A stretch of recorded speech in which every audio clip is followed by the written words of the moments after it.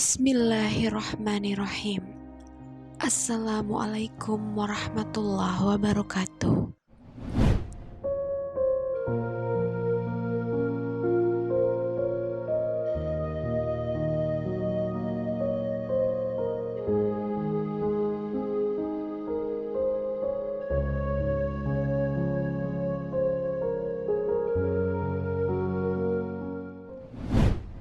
Semua manusia pasti ingin dijauhkan dari azab atau hukuman siksaan dari Allah Ta'ala. Namun, tidak demikian dengan bala ujian, di mana sebagian hamba-hamba yang soleh senang ketika diberi ujian tersebut. Secara makna, bala artinya ujian dan cobaan. Bala merupakan kenikmatan yang diberikan Allah kepada orang-orang beriman. Sedangkan musibah artinya ujian yang tidak disukai manusia. Musibah ini bisa seperti kelamangan dan bencana, namun ada hikmah di dalamnya. Sedangkan azab yaitu peringatan berupa siksaan atau hukuman Allah Ta'ala karena disebabkan kezaliman dan kemaksiatan. Dalam kitab Al-Hikam, Syekh Ibnu Athaillah menceritakan beberapa kisah orang beriman saat diberi ujian bala berupa penyakit. Kata Ibnu Athaillah, seharusnya bala yang menimpa padamu terasa ringan, karena engkau mengetahui bahwa Allah yang menguji atau memberi bala padamu. Maka Tuhan yang menimpakan kepadamu takdirnya itu, Dia pula yang telah biasa memberi sebaik-baik apa yang dipilihkannya untukmu.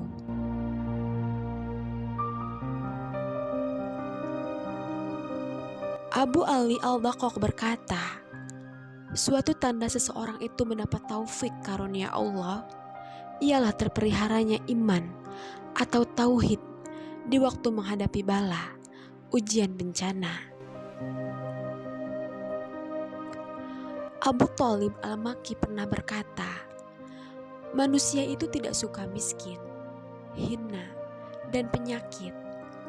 Padahal itu semua baik baginya untuk bekal di akhirat. Sebaliknya, ia suka kaya, sehat, dan terkenal. Padahal itu semua bahaya di sisi Allah dan jelek akibatnya.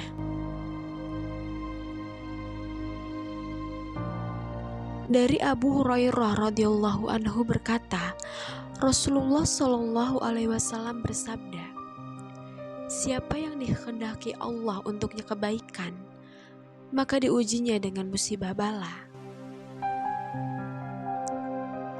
Dalam hadis lain, Rasulullah juga bersabda, jangan menuduh tidak baik terhadap segala apa yang telah ditakdirkan Allah untukmu. Dalam kisah Nabi Ayub alaihissalam, pada suatu ketika, Nabi Ayub alaihissalam mengalami kehilangan yang teramat besar dalam hidupnya. Bukan hanya kehilangan harta kekayaan, tetapi juga kehilangan orang-orang yang disayanginya. Bahkan, ia menderita penyakit yang menggerogoti seluruh tubuhnya. Tetapi lihatlah bagaimana Nabi Ayub ketika meminta pada Allah. Tebaklah bagaimana kalimat yang diungkapkannya kepadanya. Ya Allah, penyakit ini boleh jadi menggerogoti seluruh tubuhku.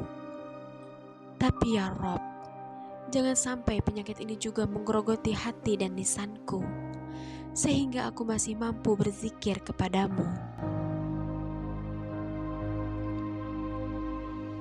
Ia diuji dengan penyakit yang menjijikan dan tak dapat disembuhkan.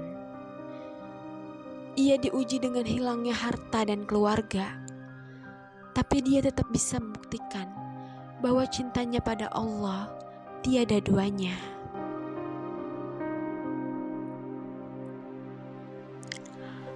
Akhirnya, Allah pun mengembalikan semua yang dulu dimiliki oleh Nabi Ayub.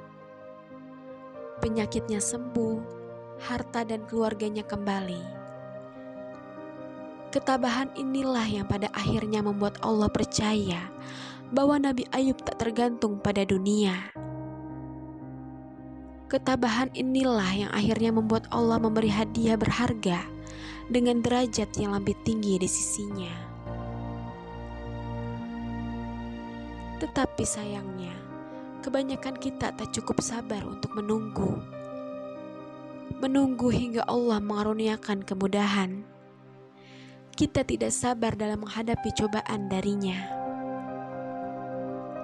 Padahal berulang kali agama menganjurkan sabar. Sabar.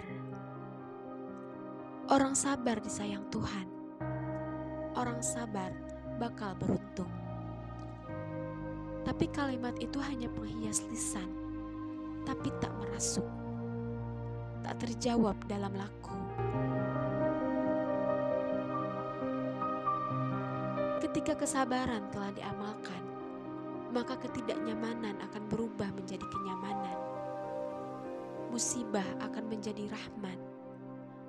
Ujian akan menjadi kebahagiaan. Tetaplah yakin bahwa setelah gulitanya malam akan terbit mentari yang indah di pagi hari. Setelah terjaga, ada tidur yang nyenyak. Setelah puasa, ada buka yang nikmat. Setelah hidup, ada mati. Dan yakinlah, setelah hadirnya kesukaran, akan datang kemudahan. Semua pasti akan indah pada waktunya.